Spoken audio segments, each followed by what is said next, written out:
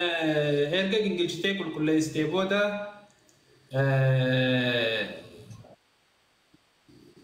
jechuun ni dhiita.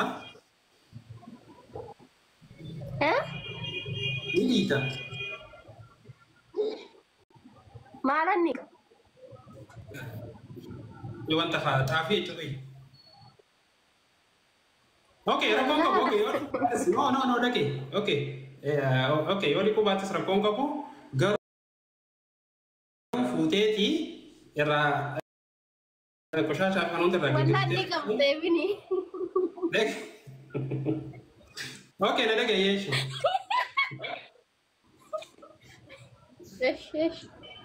Okay, ayee siifin mana dhaqee sirriitti. Fuutee achiin booda jechuudha erga fuutee irraa qulqulleessitee booda ni daayitaa mana daakuu geessitee bishaan qorraadhaan bukeessitee jechuudha. Bishaan qorraan akka lafaati malee bishaan qorraan kan bukeessamu. No, gaaffii biraan jiru. Gosaanii yeroo jedhee beekamu gaaffii biraan jiru. Hayyee deemina dhiqxaniitu murtanii galatoomadha. Hayyee gaaffii biraatti isinii jira.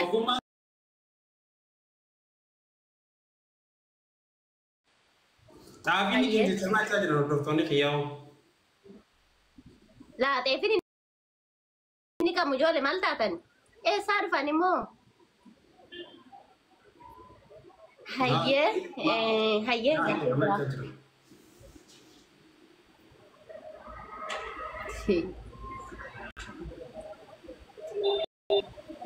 Harargee xaafiin hin jiru.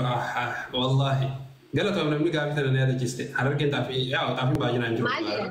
Jechuun nuti harargeetti biddeen. Hayyee ulbata godhuudhaaf moo achi hayyee si ulbata beektanii? Ulbata godhuudhaaf moo?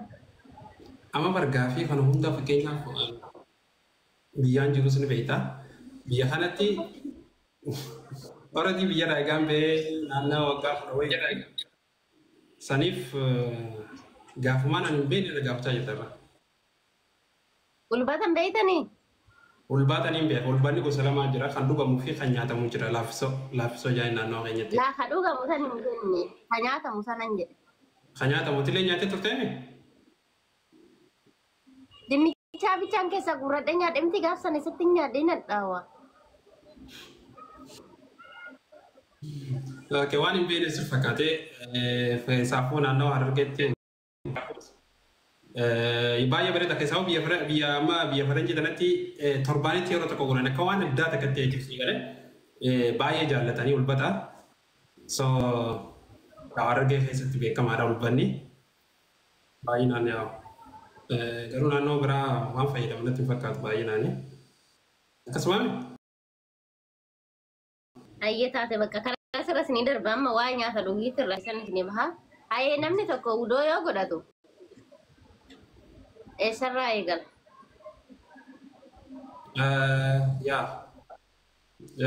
Dura hammaama seentaa eegale booda istiidaamoota luka bitaatiin seentaa. اللهم إني أعوذ بك من الخبث والخبائث التي حمام سنتي شيطاني أجمع سيلافه جرا because الرجودة بك شيطاني تسمو كرو بك حمام خانة تيجورا سيغله خناف حمام خيستي دبتشولن أورغادا خناف أكسنتي بادا أشيبودا إرغني في senjaa gootee udubattee baatee booda udoochuu osoo hin ta'in fakkeenyaaf akkuma beekamutti amma fakkeenyaaf biyya faranjii nuti jiru kana keessatti hammamuu keessatti udubanna jechuudha. Shaaworis jechuudha keessaa hammaamis iddoo tokko walitti dhiyaate jechuudha. Akka biyya keenya yoo deemte masjidatti hammamaa fi iddoo itti udubatan adda adda masjidatti asittis akkasuma mana keessa garuu idduma takkatti udubatta. Fakkeenyaaf yeroo udubattu du'aa jira gizee jalqabdu sanuu daf keessa jettame hammaama keessa jechuun dorgaa waan ta'eef jechuudha. So hammaama keessa tuudoo hin jettu muree gizee baanu ofraana kenneetuma baana. So achiin booda gara salaataa deemna jechuudha.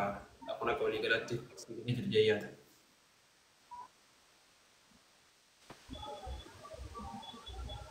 Eshi nama gaafii salphaa na gaafadha. Dhugaa kawara komanti isaa ta'u waan piraayiveetiin ta'a. Na gaafii ati na gaafatu Kaalee dooni. Inuma.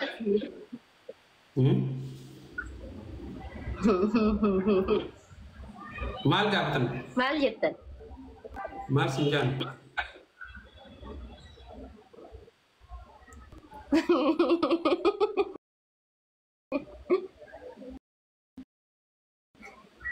Teesi gaafii miti kaalee dooraachuu wal gaafadha ustaasa isin wadaannee isiniin jedha.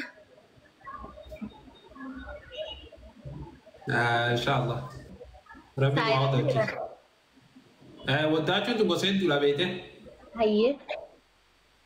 saladdiini Laa abbaa manaa jaaltu. okay. So akkasii sibira nama meeqaa jiru qabe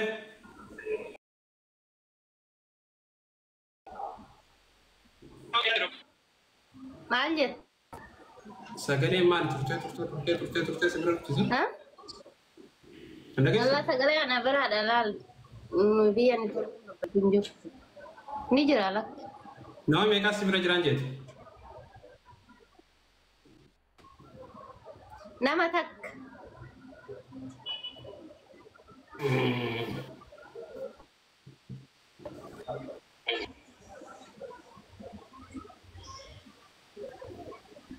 Ijoollee gulbata. gulbata jaan isa gulbata Sagaleen keessa garuu sirrii miti sin qaqqaba. sibira nama 490 jira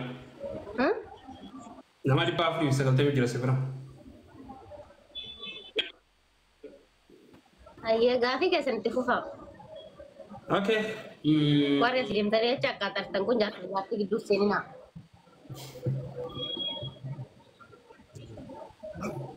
Nama as jiru maal godhe deegtanii himtani. seenaa nama akka seenaa afaan na bira jiran kuna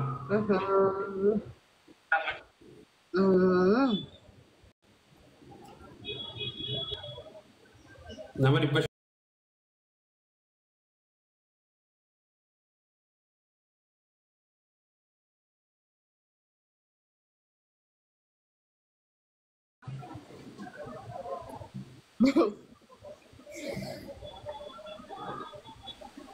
Maal na se'aniin dalaree wal qaayidaa barattu. fatwa wangeelaa teenya Na jalatti fatwa. Fatwa wangeelaa naa gaafan garakkoo. akkasii Mikaan fakkeenya wangeela irraa wanti inni dhumatti na deebisu hin jiru waan kamuu dubbatudha fi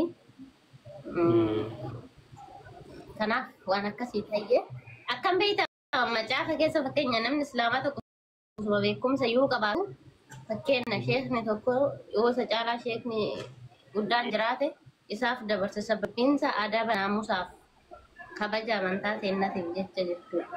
Nuti warra kennaa cuucee sanaayyuu miti jechuudha. kamantaa